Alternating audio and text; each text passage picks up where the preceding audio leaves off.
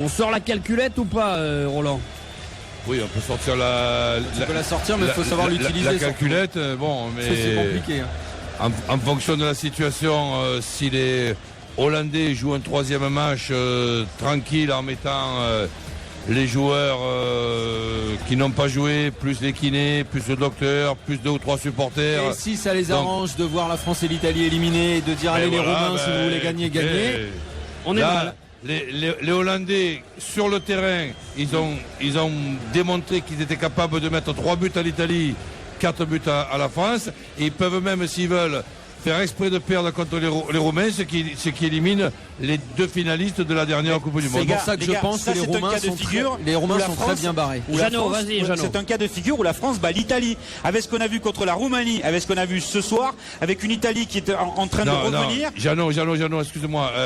Si les Roumains battent les Pays-Bas, il n'y a pas de cas de figure, quel que soit le résultat de France-Italie. D'accord, mais toi, si tu veux espérer, il faut battre jouer le match pour battre les Italiens et espérer que la Roumanie ne gagne pas. Mais voilà. Comment veux-tu gagner la Roumanie? Comment veux-tu gagner l'Italie? Tu peux pas gagner l'Italie avec ce que tu as pris ce soir contre les Pays-Bas et ce que tu as fait contre la Roumanie. Non, autant, tu vois, autant je suis sévère habituellement et il y a certaines choses que j'ai du mal à comprendre et donc j'ai du mal à supporter. Qu'on a pris 4 buts à 1, les gars. On a pris 4, si ça dure encore 5 minutes, tu en prends 6. Mais après, ça veut plus rien dire. J'ai jamais vu ça veut dire, Roland. Ouais, mais attends, j'ai jamais vu. 6, ça veut dire. Mais j'ai jamais vu une organisation défensive d'une équipe aussi faible que celle des Pays-Bas. J'avais l'impression que chaque fois que l'équipe de France attaquait, on aurait pu marquer. Alors toi t'es rassuré alors. Hein? Toi t'es rassuré parce que t'as perdu 4-1 mais t'as vu qu'il y avait de l'espace dans la défense adverse, t'es rassuré. Je suis pas rassuré du tout, ça fait 15 jours que je suis pas rassuré. Non mais là, oui, mais j'ai l'impression que t'es presque content qu'ils se soient procuré des occasions. Mais pas du tout, j'ai l'impression. Et l'Italie aussi s'en sont procuré un paquet contre les Néerlandais, ils en ont pris quand même. Vas-y coach. Non mais peut-être que bon j'ai trop appuyé sur le vin rouge là, mais j'ai l'impression. Pour oublier. Non, mais attends, j'ai l'impression. qu'il avait dit sur le verrou. J'ai l'impression d'avoir vu une équipe hollandaise pas du tout solide défensivement. Je sais pas. Tu les as pas trouvés bons en gros. Oui, j'ai vu l'équipe de France avoir plus d'occasions que les Hollandais ou j'ai pas vu le même match? Alors moi je pense que c'est non seulement le vin rouge mais t'as ajouté le champagne aussi. Hein. Eh ben écoute, parce que excuse-moi, mais je regarderai tranquillement demain ce match-là avec une belle petite. En me réveillant à 11h. Voilà. Excuse-moi Roland, mais je maintiens que l'équipe de France a eu plus d'occasions que les Hollandais. Oui, d'accord. Mais l'équipe qui en a mis 4, c'est la Hollande. Hein. Absolument. Voilà. Là-dessus, et 4 buts exceptionnels. Hein. Oui. Alors et que pendant que ta défense française solide, avec 6 joueurs défensifs, en prend 4. Les Hollandais, eux, peut-être que derrière, comme tu dis, c'est des passoires qui en ont pris 15. Il y a plein de paradoxes dans ce que tu dis.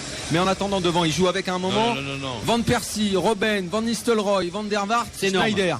Ben je regrette. C'est énorme. Eux, à la mi-temps, ils sortent un milieu défensif. Justement. Et Raymond Domenech, lui, continue à jouer avec 2 récupérateurs parce que c'est utile quand tu perds 3-1. Je regrette quand une équipe. On ne doit pas voir le foot de la même façon. Est capable de faire ça. Je regrette justement que nous, on ne puisse pas faire différemment. Ah, bah oui, mais ça. Jeannot, je voudrais juste te poser une question, toi qui es là-bas au stade. Comment s'est passée la sortie de l'équipe de France à l'issue de ce match 4-1? Qu'est-ce que tu veux entendre des supporters français siffler les Bleus? Ils sont 6000. Le reste a été couvert par l'ambiance et les réjouissances des supporters des Pays-Bas, les Oranges qui étaient debout, qui avaient sorti les écharpes. Tu n'as rien entendu, tu peux rien entendre, tu peux pas. T'avais très peu de supporters de l'équipe de France et heureusement que tu n'entendes pas des sifflets derrière pour voir l'équipe de France quitter la pelouse comme ça. J'étais en train de regarder 23 tirs pour l'équipe de France, 9 cadrés, 1 but, 16 tirs pour les Pays-Bas, 9 cadrés, 4 buts. Pour répondre à Coach Jeannot, t'as pas des petites stats parce que à 3-1, j'avais trouvé en 82 en phase finale la France qui en prend 3-1 contre l'Angleterre. 82. Mais 4-1 à 82 sans doute. En match amical au Parc des Princes. Non, mais je te parle de phase finale, moi, pas de 4 matchs amicaux.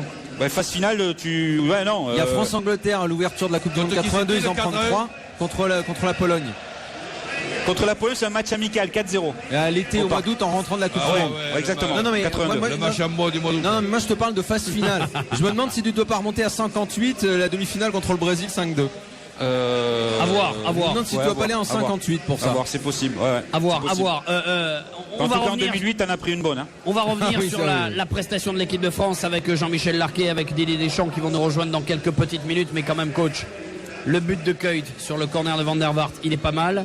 Le but de Van Persie à la 59e, après l'exploit technique de Van Nistelrooy, le centre de Robben qui venait de rentrer pour Van Persie qui vient de rentrer, c'est pas mal également. La superbe frappe dans un angle très fermé de Robben à la Roland, il va te dire que la défense, elle est pas terrible. Attends, le tir du droit en pleine de lucarne l'attaque, lui. de Schneider à la 92e. On a pris une leçon, oui ou merde?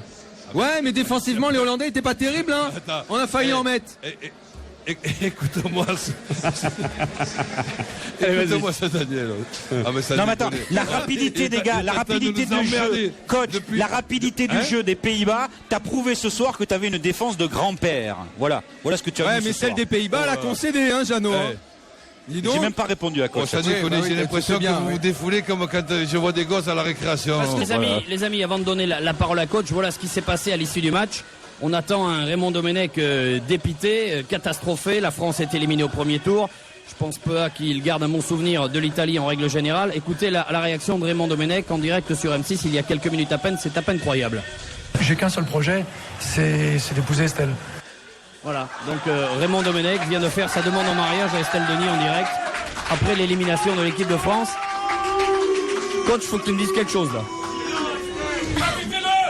Ben, il faut qu'il souhaite qu'Estelle ait envie d'épouser l'homme et pas le sélectionneur. Oh bravo. Oh coach. Oh coach. Oh, qu'il est bon. Oh que t'es bon coach. Oh magnifique. Non, attendez, Jean-Michel, Mais non, c'était mais une là, blague là, ou quoi ça là veut, Il si se tu veux. saborde complètement. Non là, mais il là dit, allez, si, c'est bon, non mais si tu veux, virez-moi, quoi. non mais là si Non, tu mais c'est veux, pas tu vois, possible. j'essaie depuis tout à l'heure de voir un petit peu comment nous allons faire pour analyser la situation. Déjà Didier, tu sais que je t'écoute toujours avec beaucoup d'affection et beaucoup de professionnalisme.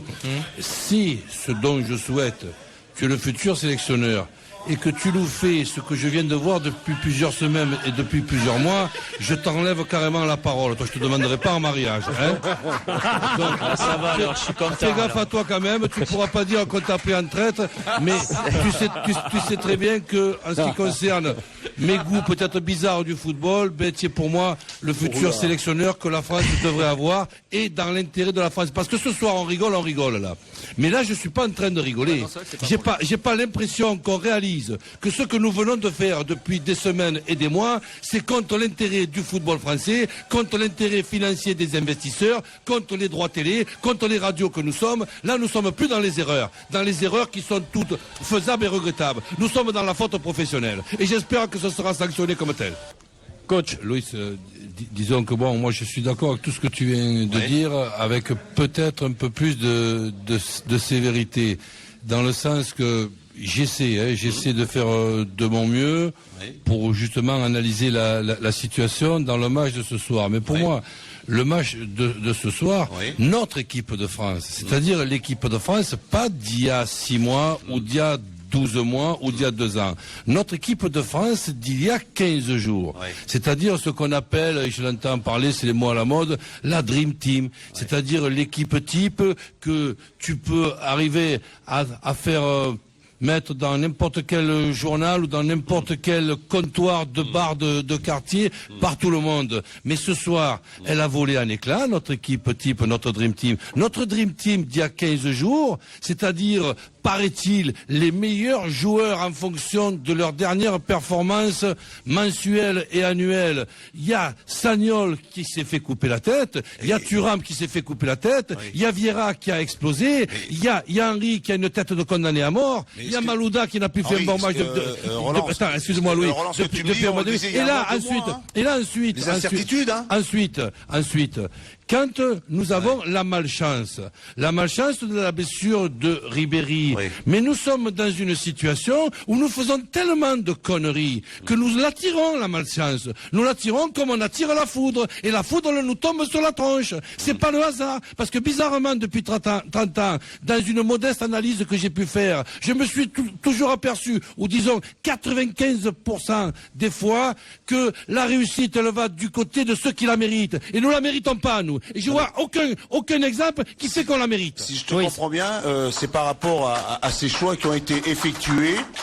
Tous ces choix qui ont été effectués en venant à ce championnat d'Europe. C'est-à-dire tu prends les cas de Sagnol, les cas de Thuram, les cas de avant et pendant de Vieira. Non mais attendez. Mais pourquoi tu as besoin Monsieur- d'être un génie pour savoir que Malouda il fait pas un bon match depuis 1 an et demi. Tu as simplement besoin de pas avoir une canne blanche, c'est un chien. Non mais sur le Non mais ne déconnons pas quand même. Non, mais Ou d'avoir une télé pour regarder les matchs. Louis, vas-y. Ah, allez-y messieurs, si vous pensez que vous détenez la vérité, exprimez-vous sur l'antenne. Mais non, Allez-y. mais qu'est-ce que je suis en train de faire? Tu crois qu'il y a qui me fait peur, tu penses? J'ai pas pour l'impression de faire une prouesse ce soir. Je fais un constat. Tu dois bien comprendre qu'en ce qui me concerne, moi, personne ne m'a fait de cadeau. Donc je vois pas pourquoi j'en Bien ferais. sûr. Donc mais- aujourd'hui, je suis en train de faire.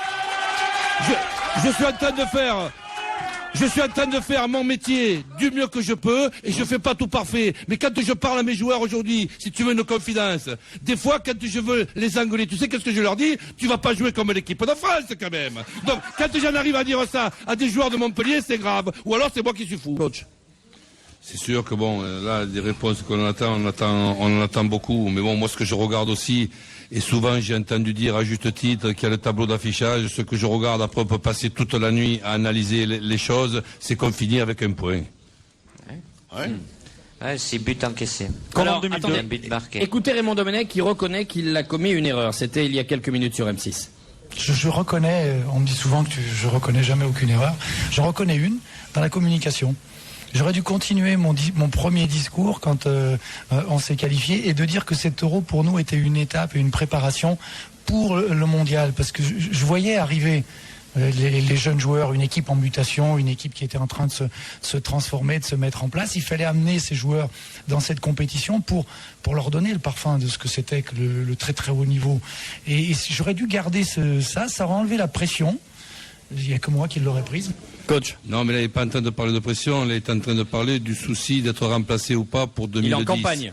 Donc, si tu veux, là, il est en train de nous expliquer que c'est maintenant, dans le troisième match contre l'Italie ou dans les 3 matchs de ce championnat d'Europe en 2008, qu'on aurait dû peut-être préparer 2010. Mais peut-être qu'en 2010, il va préparer 2014. C'est-à-dire que nous, quand nous pensons bêtement que l'avenir, on le fait avec le présent, vraiment, non, c'est avec le futur. Vraiment, c'est avec C'est le pour futur ça qu'il a fait le joué contre présent. 3 équipes d'Amérique du Sud dans les matchs de préparation où s'y prépare 2014, la Coupe du Monde au Brésil. Oui.